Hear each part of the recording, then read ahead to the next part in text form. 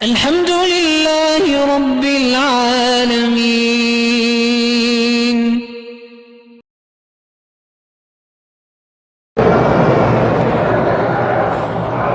اگر کوئی آدمی پینٹ اور شرٹ کے ساتھ نماز پڑھتا ہے میرا بھائی نماز تو ہو جائے، لیکن اگر اس کی شرٹ جو ہے وہ یہ مرفق ظاہر ہے، اوپر ہے، تو نماز مکروہ ہو جائے.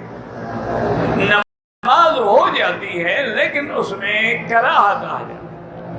تو اس لیے آدمی کو چاہیے کہ وہ اپنا پوری طرح احتیاط کرے، چونکہ نماز جو ہے یہ بندگی ہے، عاجزی ہے، تذلل ہے، اور اس کے لیے ضروری ہے کہ بندہ ایسے لباس میں ہو جو ساتر ہو. اچھا ہمارے بعض ہندوستانی بھائی ہیں، ان کا پاجامہ جو ہو تو اس پینٹ سے بھی خراب ہے.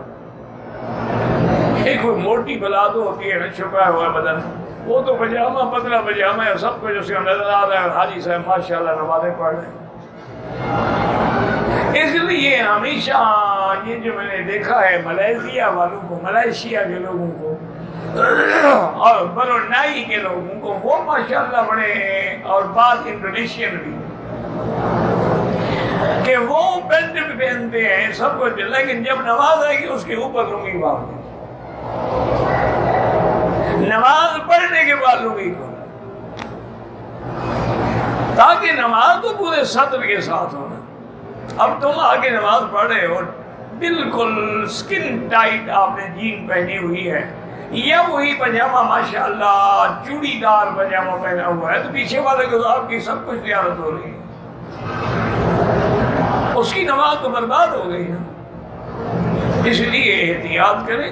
خذوا زینتکم عند کل مسجد، مسجد آنے کے لیے تیار ہو کے آئیں، اچھا لباس پہنیں، اور اچھی لباس کا معنی یہ ہوتا ہے جو تمہارے صدر کو چھپانے والا. مسئلہ سمجھ لو کہ نیت دل میں ہوتی ہے، یاد رکھو جو بھی عمل ہے اس کی نیت کا مقام دل ہے. اب ہم عشاء کی نماز کے لیے بیٹھے، نیت ہے تو بیٹھے، بس یہی نیت ہے. پھر زبان سے کہنے کی ضرورت نہیں ہوتی ہے کہ 4 رکعت نماز عشاء اور برائے خدا اور اللہ اکبر، ضرورت ہی نہیں. ہم نیت کر کے بیٹھے ہیں، بس امام نے کہا اللہ، ہم نے کہا اللہ اکبر. یہ جو ہم زبان سے کہتے ہیں اس کو کہتے ہیں فقہا استحضار، کہ آج کل کے لوگوں کو دین کا پتہ تو ہے نہیں نا، ان کو پتہ ہوتا ہے مغرب پڑھنا، نہ پتہ ہوتا ہے عشاء پڑھنا، چلو زبان سے دوہرا لے تاکہ بات یاد آ جائے کہ میں کیا پڑھ رہا ہوں. لیکن ہمارے ملک کے اندر جو نیت ہے کہ 4 رکعت نماز عشاء بروز اتوار اور بوقت 8 بجے، اور پیچھے اس امام کے اللہ، امام فاتحہ پڑھ جاتے، یہ بدبخت نیت کر رہا ہے. یہ تو بدعت ہے، ناجائز ہے. کہنا بھی ہے 4 کا اللہ اکبر، بس اصل نیت وہ ہے جو دل میں.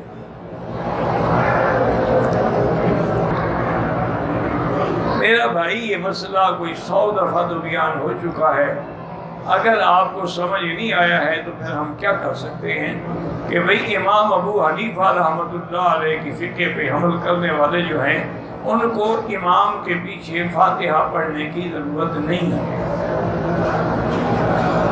اور امام شافعی رحمۃ اللہ علیہ کے جو ماننے والے ہیں ان کے لیے ہر نماز کی ہر رکعت میں امام ہو یا مقتدی فاتحہ پڑھنی.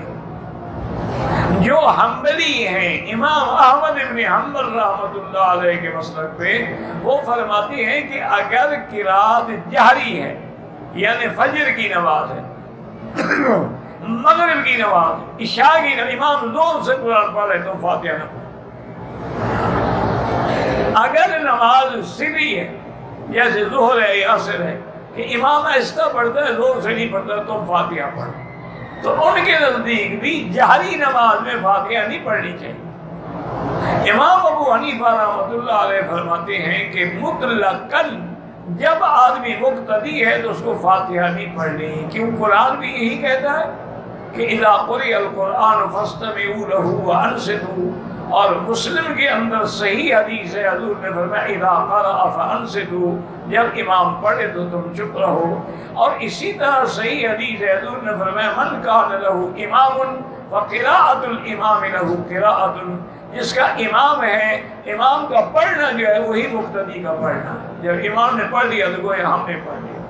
اسی طرح کئی صحیح حدیثوں میں ہے اذا قال الامام غیر المغضوب علیہم ولا الضالین فقولوا آمین، کہ جب امام غیر المغضوب علیہم ولا الضالین تو آمین، مانا ہے کہ فاتحہ پڑھنا امام کا وظیفہ ہے، ہمارا وظیفہ صرف آمین کہنا۔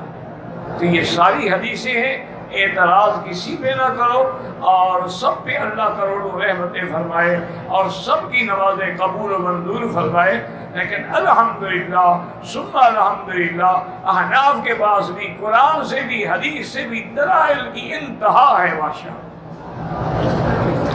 اور ویسے بھی آپ دیکھے ہیں کہ مثلا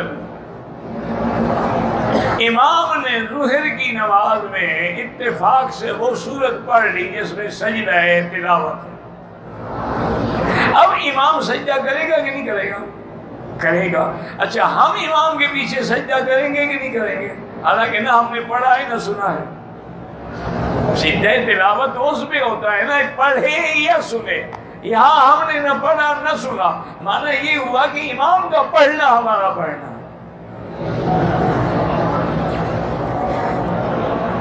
لیکن تم ان جھگڑوں میں نہ پڑھو، جو پڑھتے ہیں ان کو کچھ نہ کہو، اور جو نہیں پڑھتے ان کے پاس بھی حدیث رسول ہے، ان پر بھی کوئی اعتراض نہ کرو۔